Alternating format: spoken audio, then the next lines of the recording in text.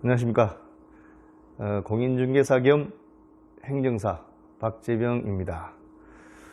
오늘은 산소가 있는 부동산을 중개할 때 주의해야 할 점에 대해서 말씀을 드리고자 합니다.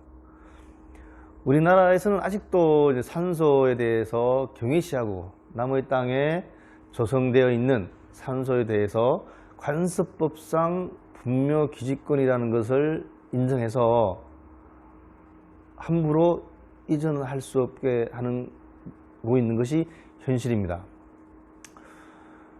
그렇지만 이제 현행 장사 등에 관한 법률은 묘지 설치를 엄격히 제한하고 있으므로 개인이 설치한 묘지 대부분이 불법 묘지인 것 또한 현실입니다.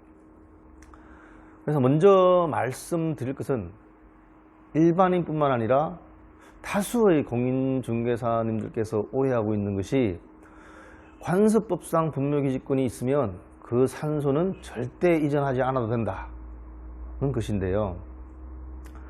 관습법상 분묘기지권이 있다고 하더라도 장사 등에 관한 법률에 위반될 경우에는 구체적 사정에 따라 이전 명령을 할 수가 있습니다. 행정청에서. 그리고 이전 명령을 따르지 않는다면 매년 1,000만 원의 이행 강제금이 부과될 수 있다는 겁니다. 다음으로 산소가 있는 부동산을 중개할 때 분묘 이전 관련 특약을 하는 경우가 있는데요. 매수인 입장에서 엄청난 부담이 될 수 있다는 것을 명심해야 된다는 점입니다. 매도인 입장에서 산소를 이전하여 주기로 했음에도 이전할 수 없는 상황이 생긴다면 채무 불이행에 따른 손해배상 등의 책임이 있을 수 있죠.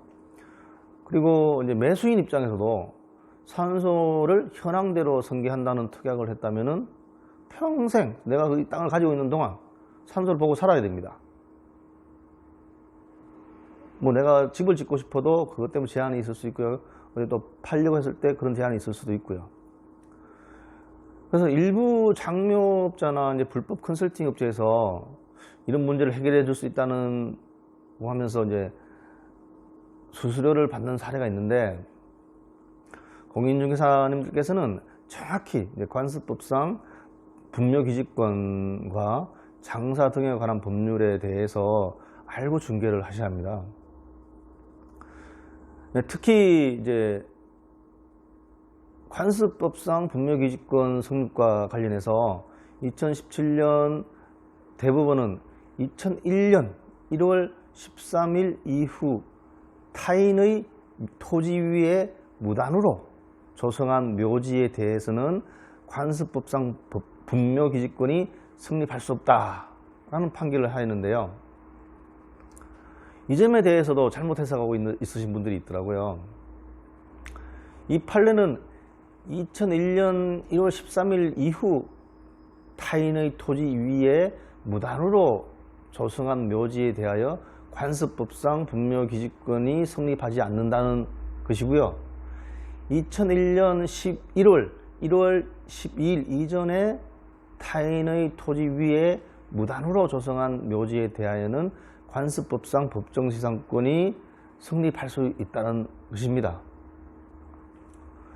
그리고 2001년 1월 13일 이후 조성한 묘지이더라도 우리 판례에 따르면은 타인의 승낙을 받고 또는 자신의 토지 위에 묘지를 조성한 이후 특약 없이 매도한 경우에는 관습법상 분묘기지권이 성립하지 않는다는 것에 대해서는 판시를 한 게 아닙니다. 그래서 타인의 승낙을 받고 설치한 분묘나 자신이 설치한 이후에 타인에게 매도할 때 이전하겠다는 특약이 없다면 분묘기지권이 성립할 수 있겠죠. 요거를 헷갈리시는 분들이 있는데 이거 명확하게 알고 계셔야 됩니다.